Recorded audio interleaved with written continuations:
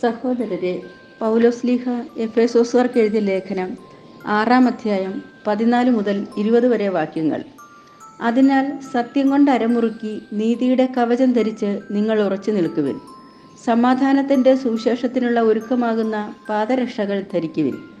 സർവോപരി ദുഷ്ടൻ്റെ ജ്വലിക്കുന്ന കൂരമ്പുകളെ കെടുത്തുന്നതിന് നിങ്ങളെ ശക്തരാക്കുന്ന വിശ്വാസത്തിൻ്റെ പരിചയം എടുക്കുവിൻ.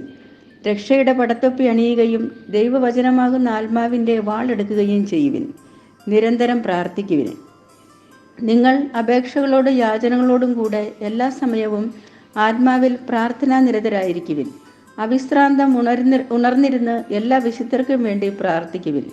ഞാൻ വായി തുറക്കുമ്പോൾ എനിക്ക് വചനം ലഭിക്കാനും സുവിശേഷത്തിൻ്റെ രഹസ്യം ധൈര്യപൂർവ്വം പ്രഘോഷിക്കാനും നിങ്ങൾ എനിക്ക് വേണ്ടി പ്രാർത്ഥിക്കുവിൻ.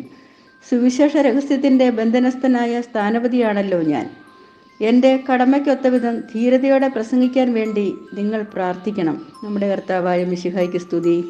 വിശുദ്ധ യോഹന്നാൻ എഴുതിയ സുവിശേഷം 4-ാം അധ്യായം 19 മുതൽ 24 വരെ വാക്യങ്ങൾ.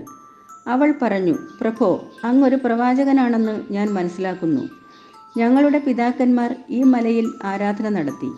എന്നാൽ യഥാർത്ഥമായ ആരാധനാസ്ഥലം ജെറുസലേമിലാണ് എന്ന് നിങ്ങൾ പറയുന്നു.